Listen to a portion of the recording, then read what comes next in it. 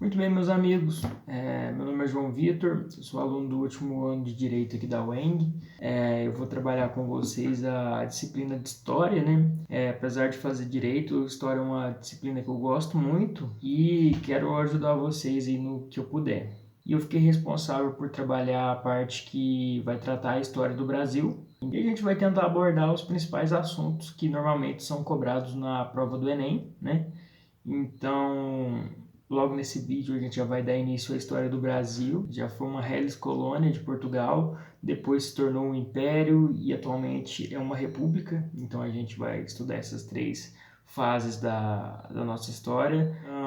Eu pretendo fazer umas aulas bem objetivas, concisas, dinâmicas, que o foco realmente ele é passar para vocês uma contextualização de determinados eventos, porque com base nisso vocês vão ter uma possibilidade bem maior de acertar as questões de história na prova, porque muitas vezes você não consegue lembrar com certeza detalhes e muitas minúcias. Contudo, se você sabe o contexto aliado ao enunciado da questão, você consegue ou achar a alternativa correta com muito mais facilidade, ou pelo menos eliminar boa parte das alternativas, que muitas vezes há coisas ali que não tem nada a ver, então você vai conseguir ali no final ficar entre duas ou três e dar um chute mais direcionado, o que também é muito bom, porque a gente sabe que uma prova como a do Enem, que é muito grande, você não pode perder muito tempo fazendo as questões. A dica que eu sempre dou é aquela: lê a questão, escolhe uma alternativa e marca. Voltar para fazer questões não é uma boa ideia, principalmente porque quando você deixa uma questão para trás e prossegue na prova, aquela questão que ficou lá, ela fica rodando em segundo plano na sua cabeça, porque você ainda continua procurando a resposta, mesmo que inconscientemente, e isso acaba te atrapalhando. Mas como eu disse, né, minhas aulas vão ser mais concisas, e eu vou tentar trabalhar de uma maneira que a gente consiga ver tudo que foi importante até a data mais próxima da prova, né, de modo que vocês não fiquem saturados de assunto e consigam absorver tudo aquilo que for passado adequadamente, para sem correria conseguir aprender o que for necessário. Bom, já adentrando logo ao assunto, sem perder muito mais tempo, essa primeira aula ela é sobre a história do Brasil. E a história do Brasil não se resume a 1500 para frente. A gente, quando vai analisar todo o contexto de nossa história, eu acho que é muito importante a gente não ignorar o que tinha aqui antes, porque os habitantes nativos simplesmente não brotaram da terra, eles vieram de algum lugar. Bom, de fato, a participação dos portugueses na construção do Brasil ela é fundamental e indissociável da nossa história. Contudo, esse mérito ele tem que ser dividido obrigatoriamente, tanto com os nativos, né, que viviam aqui no Brasil, comumente chamados de índios, ou propriamente aborígenes. E é claro, a grande influência dos escravos africanos, que engrandeceram muito a nossa cultura, com elementos que subsistem até hoje. Infelizmente, né, eles foram trazidos para cá contra a sua vontade, em razão da ganância, atos de desumanidade. Né? O período da escravidão foi muito trágico na história, não só do Brasil, como do mundo, eu diria.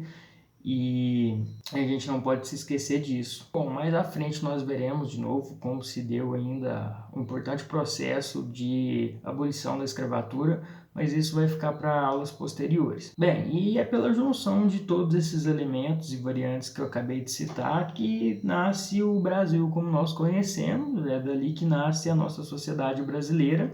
Vamos combinar que ela é bem única em todo mundo, eu acho que não tem país no mundo que seja igual ao nosso. E é importante que o estudante conheça todas as influências de cada um desses povos, essas culturas diferentes que influenciaram muito na construção do nosso país, né, para ser do jeito que ele é hoje. Seja para o bem ou seja para o mal, essa é a sociedade que nós temos e ela é fruto de tudo que ocorreu aqui nos últimos mais de 500 anos, vamos colocar assim, porque, como eu disse, tem a influência de tudo aquilo que aconteceu antes dos europeus chegarem aqui. Bem, e é nisso até que se resume o conceito de estudar história, né? Porque compreendendo o passado a gente consegue entender bem o que acontece hoje à nossa volta. Retomando o assunto, quando eu disse que os nativos vieram de algum lugar, eu estava me referindo mais especificamente a algumas teorias que tentam explicar como foi essa chegada desses primeiros habitantes às terras brasileiras. Né? Bem, a primeira teoria, ela trata que houve uma passagem, né, vindo de alguns grupos humanos saindo da Ásia, passando pela Sibéria e chegando no Alasca, né, na América do Norte, pelo Estreito de Bering. E uma vez que esses povos asiáticos chegaram na América do Norte, eles se espalharam pela América Central e América do Sul até chegar aqui no Brasil. Há uma outra teoria também muito importante que diz que esses primeiros habitantes eles vieram também pelo meio marítimo, que eles teriam saído ali principalmente da região da Malásia, Polinésia, Austrália, atravessando pelo Oceano Pacífico até chegar no continente americano. Contudo, ambas dessas duas teorias que eu acabei de citar, elas só são possíveis quando levadas em consideração à luz da era glacial, que teria ocorrido ali cerca de 28 a 10 mil anos atrás, mais ou menos. Essa era glacial teria sido responsável por congelar mares e diminuir muito as águas dos oceanos, né? E aqui a diferenciação de mar e oceano é porque esse último geralmente ele é mais extenso e suas águas são mais profundas, então o mar é diferente de oceano, mas isso é apenas uma diferenciação semântica. Bom, apesar de todas essas teorias de quando teriam surgido os primeiros habitantes aqui das Américas, com relação ao Brasil especificamente, a gente consegue falar que o registro mais antigo que a gente tem de seres humanos aqui foi descoberto um crânio datado como sendo mais antigo, que seria ali em torno de 11.500 anos atrás. Então, assim, pelo menos há 11.500 anos atrás já se tem registro para dizer com certeza que tinham seres humanos aqui nas terras brasileiras. E esse crânio, né, ele foi feita a reconstituição facial dele para tentar trazer o rosto que era de uma mulher, né? Ela foi denominada de Luzia. O interessante é que traz traços negroides, o que corrobora a teoria de que não só da Ásia vieram os primeiros habitantes, mas também de outros lugares, como da África. Nessa mesma linha, alguns estudos já demonstravam que, pelo menos há 13 mil anos, comprovadamente já existiam habitantes nas Américas. Mas no Brasil, como eu disse, o registro mais antigo que se tem é o da Luzia, o crânio dela encontrado. É interessante também o fato de que alguns estudos genéticos realizados demonstram que há muitas semelhanças entre grupos asiáticos com os nativos brasileiros. Bom, de tudo isso que foi falado, a gente consegue concluir que antes mesmo da chegada dos europeus aqui no continente já existiam inúmeros povos, todos com culturas e costumes diferentes. Inclusive, o sedentarismo já era uma prática até que comum em algumas sociedades em que a agricultura já estava bem desenvolvida, juntamente com a cerâmica, porque esses dois fatores eles eram responsáveis por proporcionar àquele povo a capacidade de estar armazenando alimentos para mais tempo. Bem, com relação aos nativos do Brasil, a gente tem que fazer uma diferenciação básica, porque a gente tem um primeiro grupo, vamos colocar assim, que seguia uma estrutura linguística baseada no tupi. E bem, dentre essas tribos, a gente teria aí principalmente os tupinambás, os potiguaras, os caetés, entre muitos outros. Bem, de outro lado, os grupos indígenas que não seguiam o tupi, eles eram denominados pelos próprios tupis de tapuias, que quer dizer selvagens, bárbaros. Os estudos sugerem que esses tapuias foram expulsos do território cerca de 1.000 anos atrás.